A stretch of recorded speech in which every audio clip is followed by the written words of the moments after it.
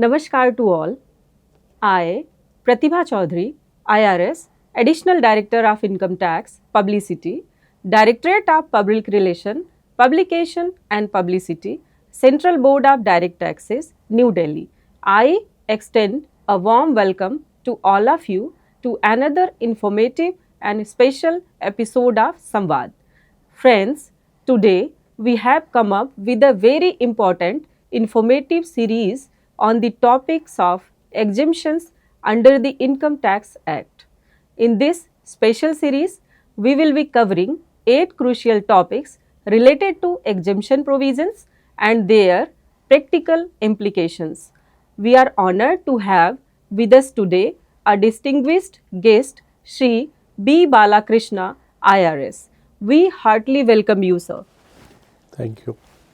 Sir is an IRS officer of 2002 batch and is currently serving as the Commissioner of Income Tax Exemptions, Hyderabad. Sir has rich and diverse experience of income tax and worked over 23 years in the department.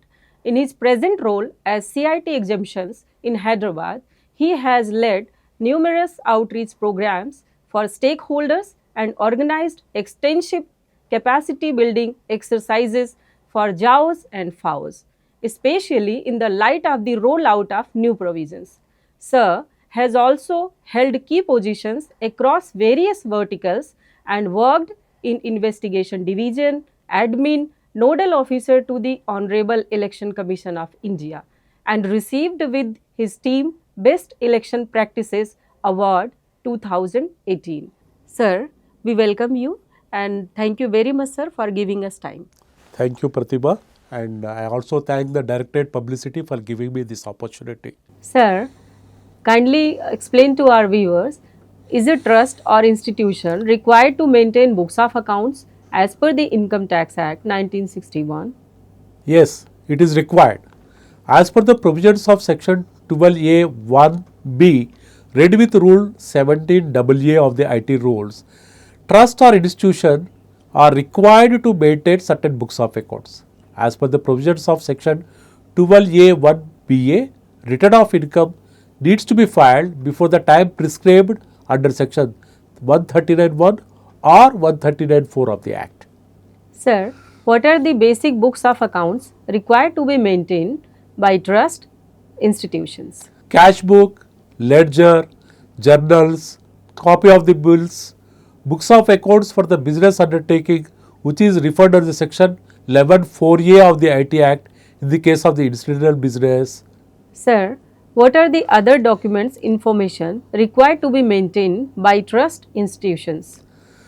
Any trust or institution is mandatorily required to maintain the documents and records such as all the projects of the institutions, record of the voluntary contributions with the details, income of the property held by the trust or institution, income other than the contributions. Further, the trust or institutions are required to maintain the application of the income details, amount paid or credited by the trust or institution or the fund with the required details, application of the income outside India, deemed application of the income, income accumulated or set apart with the required details, money invested or deposited in the forms mentioned in Section 11(5), money invested or deposited in the forms other than Section 11(5), application of the deemed application of the income, record of the voluntary contributions made with a specific direction that they shall form part of the corpus required, record of the contributions received for the purposes of the renovation or the repairs of a place of worship, record of the loans or the borrowings. The above are only illustrative and the complete details are mentioned in the Rule 17AA of the Income Tax Rules.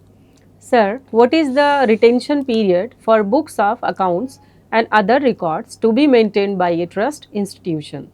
The books of accounts and other documents shall be kept and maintained for a period of 10 years from the end of the relevant assessment year. Sir, what are the consequences of non-maintenance or improper maintenance of the books of accounts and other documents information? Non-furnishing of the books of accounts, documents, information required for the assessment would attract provisions of the taxing the net income as per section 1310 and 1311 of the Act, and as per which no books of accounts are maintained, and if no audit is conducted or no returns of income is filed, then the net income after disallowing the capital expenditure is to be brought to the taxation. While doing so, no expenditure incurred for the loans or the borrowers or the corpus or donations made to any other person is to be allowed. Further, penalty proceedings for not maintaining the books of accounts, not getting them audited, and penalty proceedings for not filing the return of income can also be initiated. Sir, what are the due dates and relevant forms for filing returns of income in the case of trust and institutions?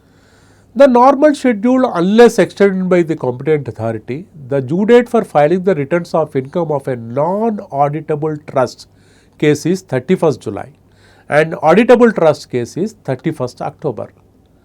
Accumulation, if any, in the form of 10 or form 9A, wherever it is applicable, the same is to be filed at least 2 months before the due date of filing the returns of income under section 139(1).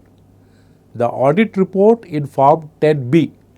10B is applicable where the total income exceeds 5 crores or where the foreign contribution is received or where expenditure is made outside India, or any audit report in form 10BB, the cases which are other than the 10B cases, shall file their audit report at least 1 month before the due date of filing the return of income under section 139(1). Further, as per the section 12A1BA, the return has to be filed as per the time limits mentioned under section 139(1) or 139(4). The case where the total income is computed without giving effect to the provisions of section 11 and 12 exceeds maximum which is not to be charged to tax, which is at present 2.5 lakhs, shall be duly audited by an accountant as defined in the explanation to the section 288(2) of the Income Tax Act. Sir, we are truly grateful for your time and enlightening us on such an important topic. Your insights on the different provisions of exemptions have been immensely valuable.